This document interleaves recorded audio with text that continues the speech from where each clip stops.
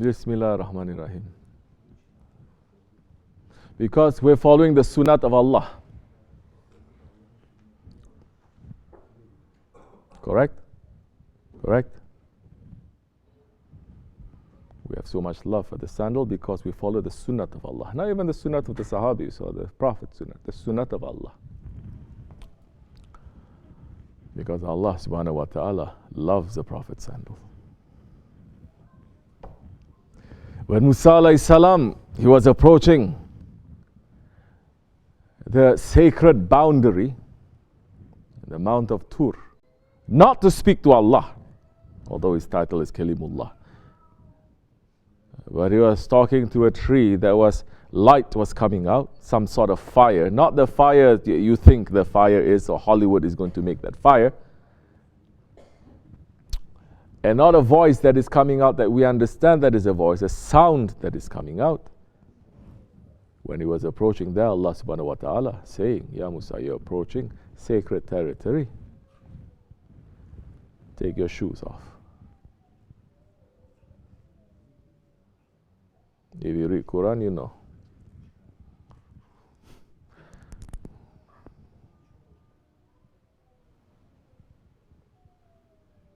But you know what?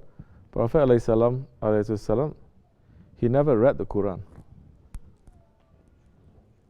Did he ever read the Quran? Prophet alayhi salam? Of course he didn't read the Quran. Number one, he's Ummi.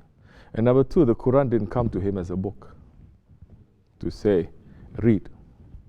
Oh, now people are going to say, but the first ayat, the first word is ikra, is to read. Yeah, read what?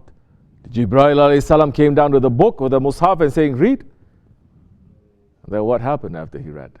He said, ikra. He hugged him, transferring that from heart to heart. Read what is in your heart.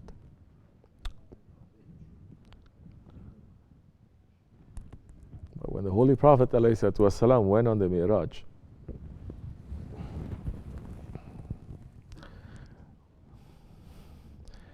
the arsh of Allah was blessed with his sandals.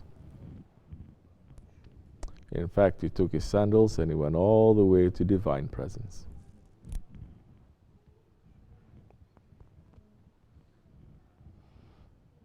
That's why the Ahli Tasawwuf, the Sufis, they are always saying, may we be the dust under your sandals. Because people who are sincere, they will know that we can never, ever, ever reach him. He's so great. And we can never reach to Allah. We are so far away from Allah. We are so dirty. But just as the dirt and the dust sticks to the sandals of the Prophet ﷺ, and because of the sandals, that dust and that dirt can be on the arsh or can be in divine presence, so may we be the dust under his feet. Yeah, of course. The dust under his feet is better than us. It's more noble than us. This is not being excessive, or it's not being humble, it's being real. It's being real. So that's why we have so much love for it. We have love for anything that the Prophet ﷺ has touched. We have love because the Prophet ﷺ, if he brings his enemies to Jannat,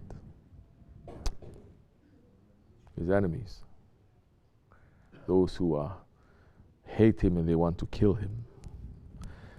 Once when he had some prisoners of war, and he looked at the prisoners of war and he started smiling and smiling and smiling, and all the prisoners of war, the mushriks, they said, look, what kind of a prophet is this? He's so happy he caught us. He's going to be happy, he's going to punish us. Prophet says, don't you know, even my prisoners, they're going to go where I'm going. This is Nabil Rahmat. This is Nabil Karim. So if his enemies are blessed, then what about what he has touched? What about what he likes? The Ottomans, they're crazy about their Prophet ﷺ. Of course. They're very crazy about their Prophet ﷺ. They have such love and such respect, not by words, not by gathering hundreds and thousands, just singing day, year after year, singing, nothing happening to the ummah. MashaAllah, if you can bring 1,000 people overnight to become following the awliya Allah and the whole world is not changing its direction, what kind of a power is that?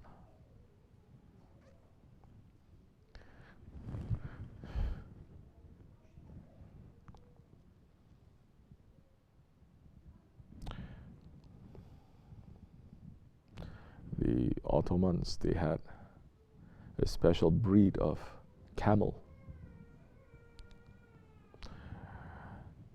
It's a very old tradition, dating from the time of the Prophet ﷺ, and even before, in reality. They will be collecting some gifts, some tribute from some distance away from the Mecca. They put it on the camel. Camel is going to be traveling. It's going to be there during the Hajj season to give to the poor people, to give the widows, to give those ones who deserve it.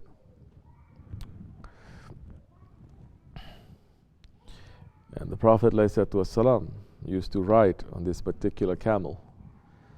Very beautiful. It's called the red Hijin camel. The Ottomans, that camel, they said no one can ride it. Because Prophet rode it, no one else can ride it. No one else is good enough. Not even the Sultan can ride it. And they kept a lineage. Those ones from the time of the Prophet ﷺ, they kept a lineage of the offspring of that camel from the time of the Prophet ﷺ. They kept it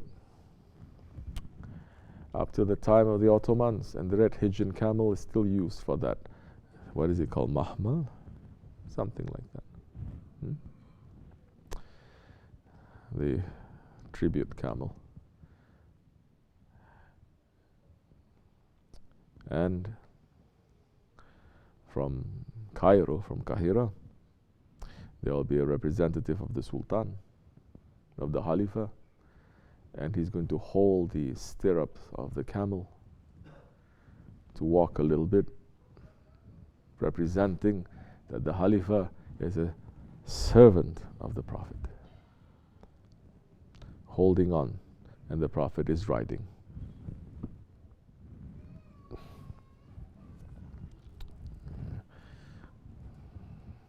Yeah, all were lost.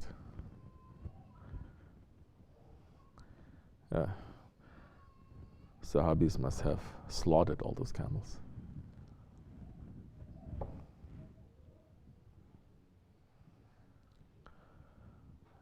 Yeah. What a big punishment is going to come. Astaghfirullah lazim wa atubu ilayh. May Allah protect us. Fatiha.